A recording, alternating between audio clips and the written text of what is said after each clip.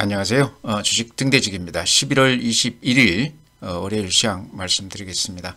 오늘 시장은 상당히 좋지 않았습니다. 거래소가요 마이너스 1.02%, 그래서 2419포인트입니다.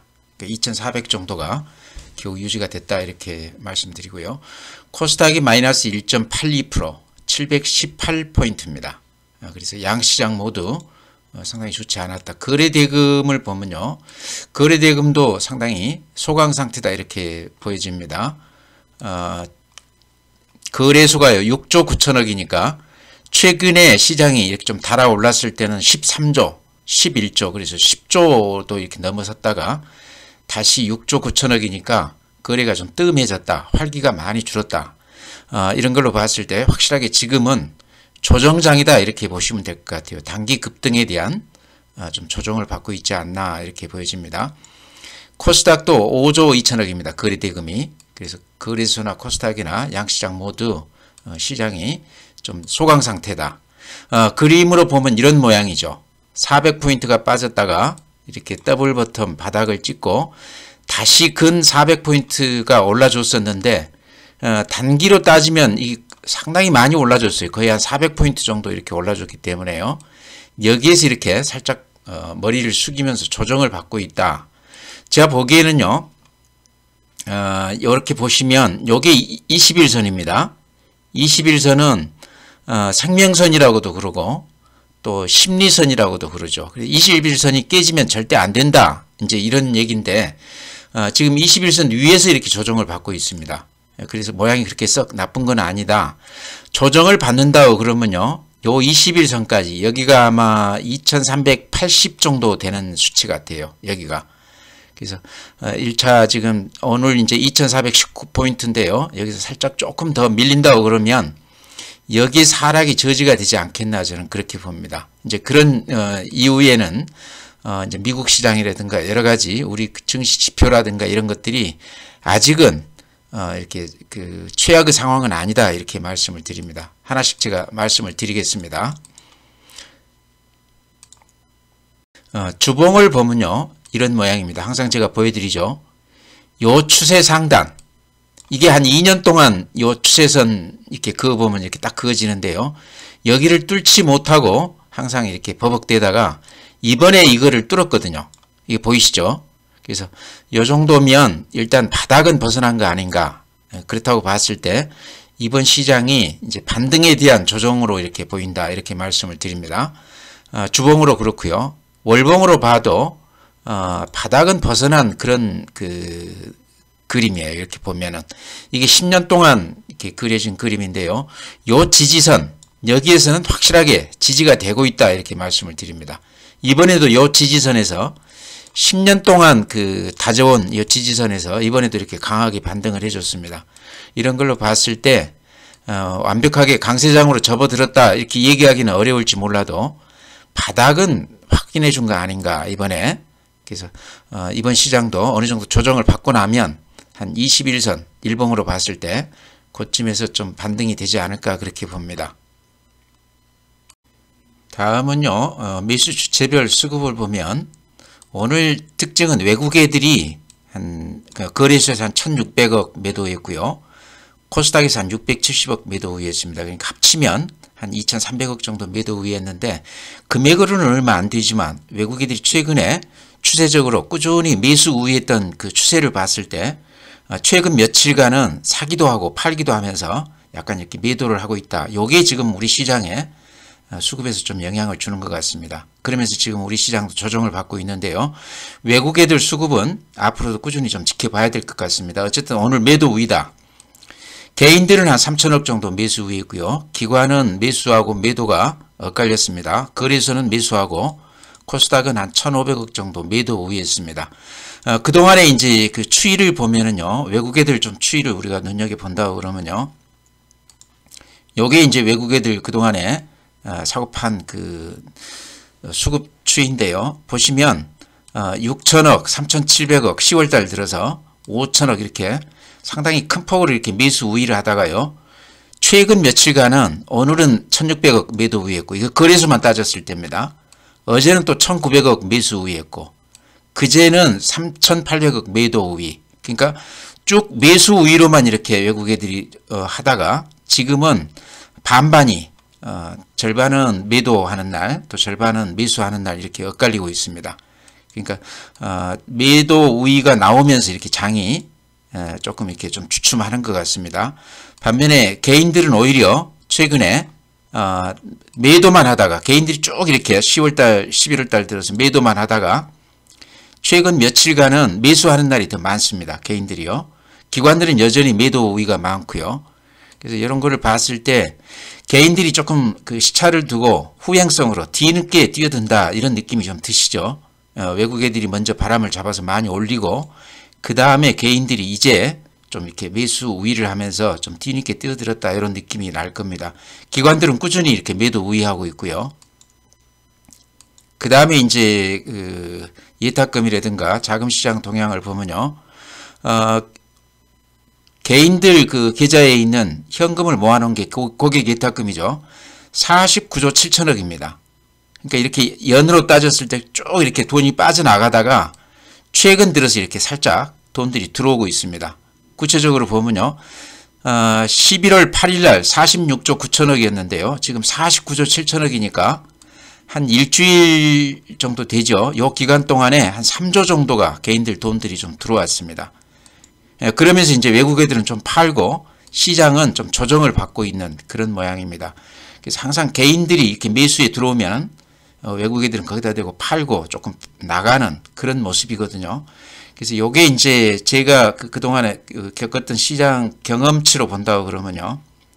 대체로 외국 애들이 초기에 이렇게 매수 우위에서 한 달간 쭉 이렇게 추세적으로 매수한 다음에 한 7분 응선이나 8분 응선 정도에서 개인들이나 기관들이 가담을 합니다. 돈들이 뒤늦게 들어온다는 얘기죠. 그래서 거기에서 살짝 조금 더 올라주는 상태에서 시장이 이렇게 마감되는 그런 경우가 많거든요. 이번에도 그렇게 된다, 뭐 그렇게 얘기할 수는 없지만 지금까지 양상으로 보면 한 7분, 8분 응선 정도에서 지금 개인들이 돈들이 좀 이렇게 들어오는 것으로 그렇게 보입니다. 그래프가 머리 부분에서 살짝 이렇게 꺾이는 상태거든요, 지금. 그래서 그런 걸로 봤을 때, 지금 시장은 끝난 건 아니지만 약간 좀 조정 기미를 보이면서, 조금 더 우리가 세심하게 봐야 되는 그런 그 단계가 아닌가 이렇게 보여집니다. 네, 다음으로 이제 신용융자금 보면요. 16조 7천억인데요. 이 그림을 보시면 아시겠죠. 신용이 많이 털린 다음에 최근에는 이렇게 약간 횡보해 있는데 자세하게 보면 이렇게 살짝 늘어나고 있습니다. 그러니까 개인들 신용이 살짝 들어오고 있다. 이렇게 보시면 16조 1천억까지 신용이 잔고가 이렇게 줄었다가 지금 16조 7천억이니까요. 한 6천억 정도 그렇게 큰 금액은 아니지만 신용이 조금씩 증가하고 있는 추세적으로 증가하고 있다 이렇게 말씀을 드립니다. 다음에 볼게요. 이제 주식형 수익증권 펀드 쪽이죠. 95조 8천억인데요. 펀드 쪽으로도 돈들이 최근에 근 한 달간 이렇게 급하게 돈들이 많이 들어왔습니다. 이 바닥권에서 들어오신 분들은 최근 장 이렇게 급등하면서 좀 수익이 낮지 않았을까 이렇게 생각을 합니다. 최근에 그 자금시장 동향 중에서요. 좀 눈에 띄는 거는 이제 한국은행 발표에 의하면은 지난달에 은행권 그 정기예금이요. 한 달 만에 한 56조가 늘어났다고 그럽니다. 상당히 큰 금액이 정기예금으로 들어왔다는 얘기인데요. 이게 이제 중요한 이유는요. 우리 그 주식이나 이런 거를 굳이 얘기한다고 그러면 리스크가 있는 자산이라고 봐야 되겠죠. 이제 굳이 얘기하면 위험 자산이라고 그러죠. 은행 정기예금은 또박또박 이제 이자가 붙기 때문에 안전자산이라고 그럽니다. 그러니까 지금 추세가 안전자산 쪽으로 돈들이 많이 가고 있다. 물론 이제 금리가 올라가면서 5%가 넘는다고 그러죠. 지금 은행권 그 예금도요. 이제 그러면서 저축은행이나 보험사 같은 데는 이제 영 무브먼트, 오히려 금리를 한 7%까지 그 이상으로 이렇게 올려야만 이렇게 돈들이 들어온다고 그럽니다. 그러니까 지금 은행 외에 제2금융권은 상당히 어려운 입장이다 이렇게 보시면 될 것 같아요. 은행 정기예금으로 안전자산 쪽으로 56조가 몰렸다는 것은 주식시장이나 또는 제2금융권에서 돈들이 그리 많이 빠져나갔다 이렇게 보시면 될 것 같아요. 그래서 이런 것만 보면 주식시장 쪽으로 돈들이 그렇게 많이 들어올 것 같지는 않다 이런 생각이 들어요. 다음에 이제 미국 시장 보면요. 다우산업은 0.59% 플러스니까 그런대로 괜찮죠. 이 추세를 보면 여전히 이렇게 추세가 살아 있습니다. 그러면서 이제 여기서 눈여겨볼 대목은 앞에 고점을 바로 이렇게 직전에 두고 있습니다. 그래서 미국 다우 지수가 앞에 고점을 뚫는다고 그러면요. 제가 보기에는 상당히 의미가 있다. 요게 이제 우리 시장에도 영향을 줄 것이다 이렇게 생각을 합니다. 조금 추이를 더 봐야 될 것 같지만요. 지금 미국 시장은 그렇게 나빠 보이지는 않습니다. 그림만 놓고 보면요. 그래서 나스닥 같은 경우도요. 앞에 고점을 살짝 이렇게 벗어났습니다. 근데 그 앞에 이제 고점을 보면 아직도 낮은 가격이긴 하지만요. 나스닥도 바닥은 탈피한 그런 모습이다. S&P 500도 뭐 그림은 그런대로 괜찮죠. 0.48% 올라줬습니다. 오늘 이제 니케이 지수는 플러스 0.16%. 그래서 우리 시장보다는 좀 나았죠.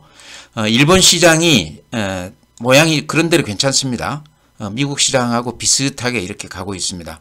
우리가 조정폭이 일본보다는 조금 더 깊었죠. 그래서 일본 시장은 괜찮다 이렇게 말씀드리고요. 대만이 이렇습니다. 오늘 현재 마이너스 0.38%. 우리하고 비슷합니다. 최근에 바닥에서 이렇게 힘있게 상승을 하다가 최근 며칠간 이렇게 조정을 받고 있습니다. 상해 종합지수 마이너스 0.52%. 그 다음에 항생 마이너스 1.8%. 중국 시장은 그렇게 썩 좋지는 않습니다. 항생은 홍콩 거래소죠.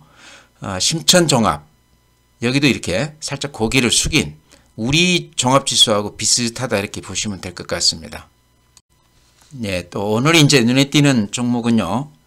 5G 관련주들이죠. KMW라든가 서진시스템, 또 오이솔루션 이런 종목들이 오늘 굉장히 좋았습니다. 이제 저는 KMW 예전에 이제 가끔 이렇게 제가 설명을 드렸는데요. 오늘 7.8% 올라줬기 때문에 오랜만에 아주 야무지게 그렇게 올라줬습니다.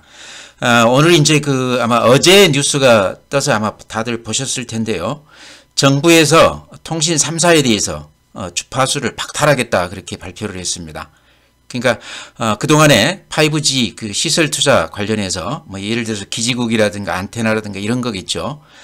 정부에다 약속한 그 시설 투자의 한 10%밖에는 이행을 안 했다고 그럽니다. 거의 안 한 셈이죠.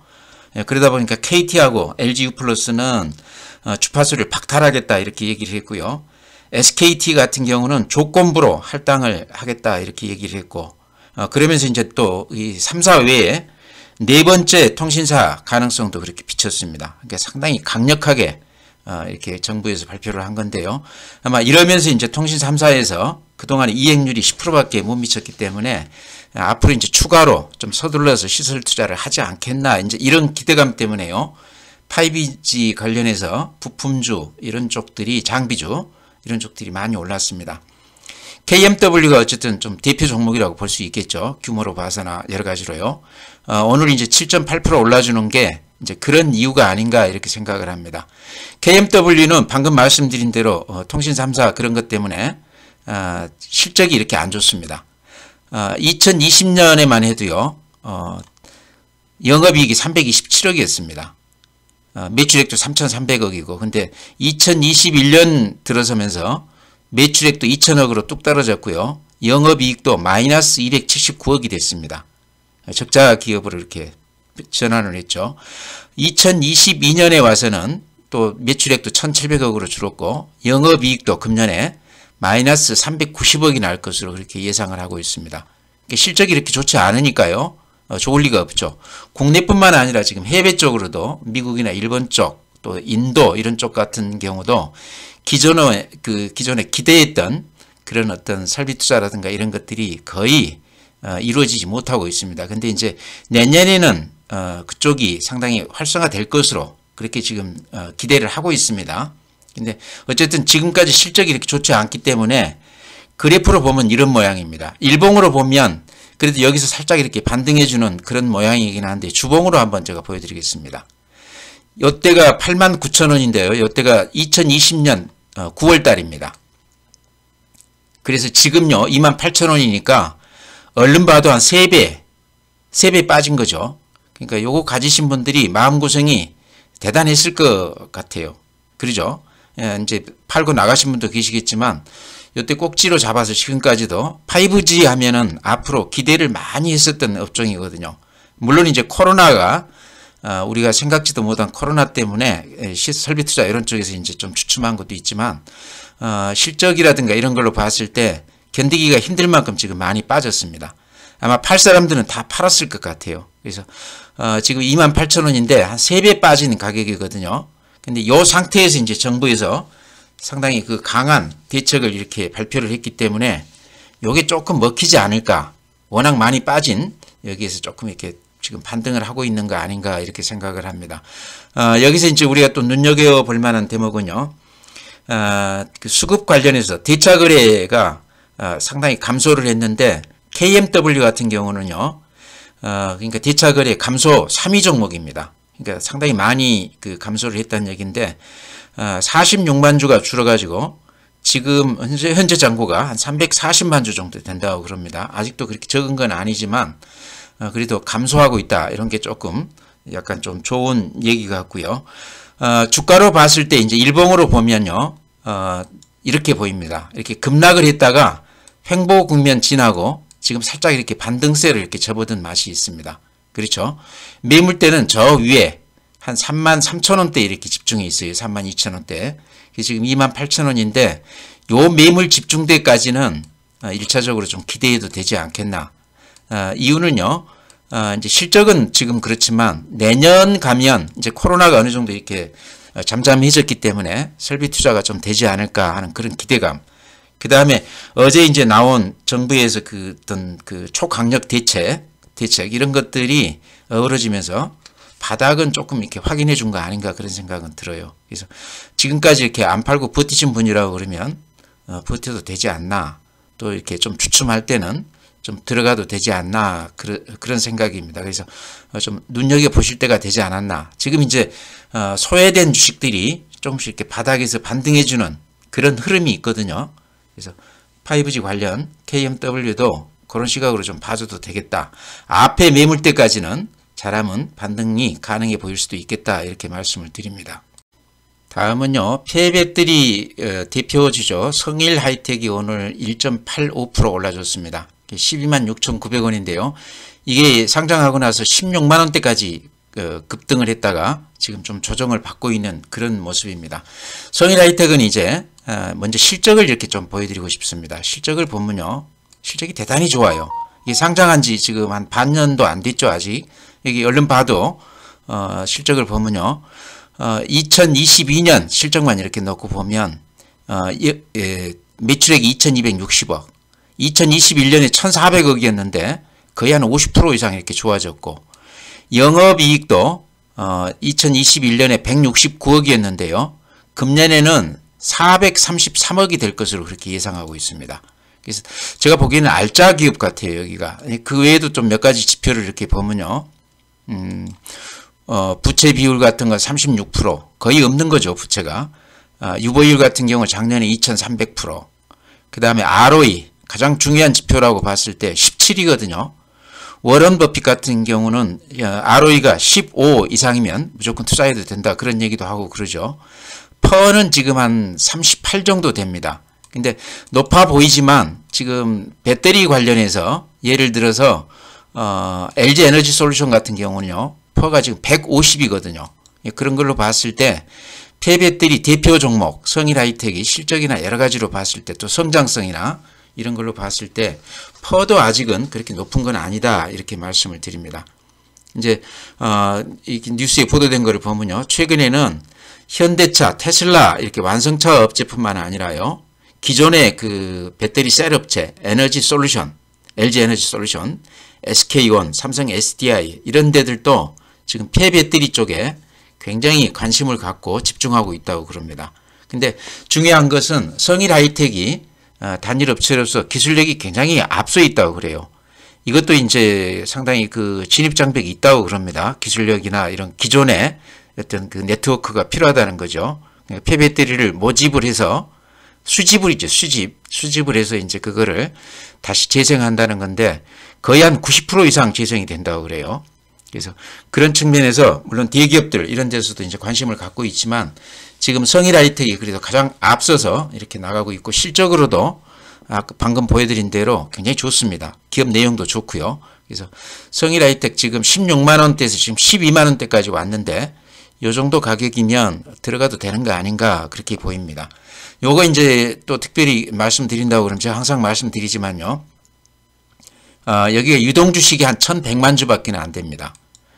그래서 이제 여기에서 따지면 이거저거 따지면 지금 시장에서 거래되는 주식은 한 500만 주밖에 안 될 것 같아요.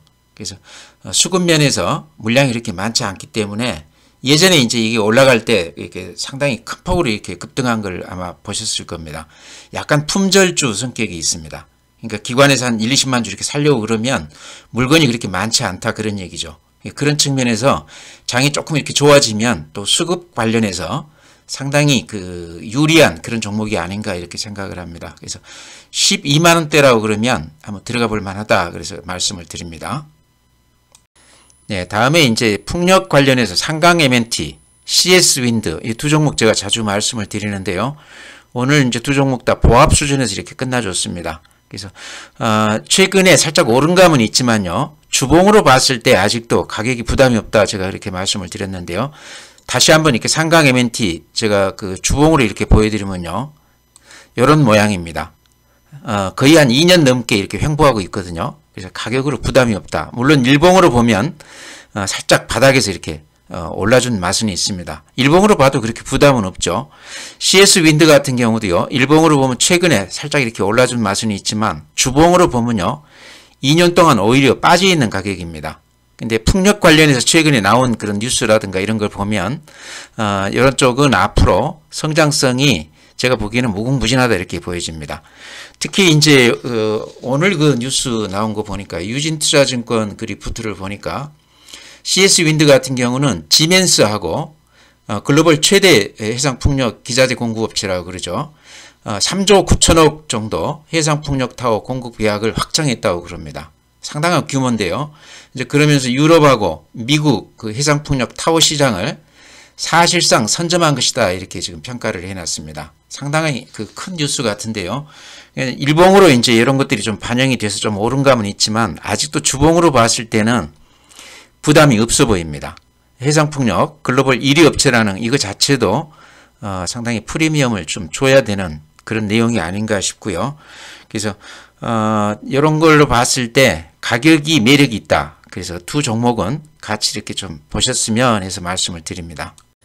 네, 이제 다음에는요. 제가 이제 자주 말씀을 드렸던 덴티움 임플란트 우리나라 2위 업체죠. 오스템 임플란트에 이어서 2위 업체인데 중국 위주로 영업을 하고 있는데요. 매출액은 절반 이상이 중국인데 그래프로 보면 이런 모양입니다.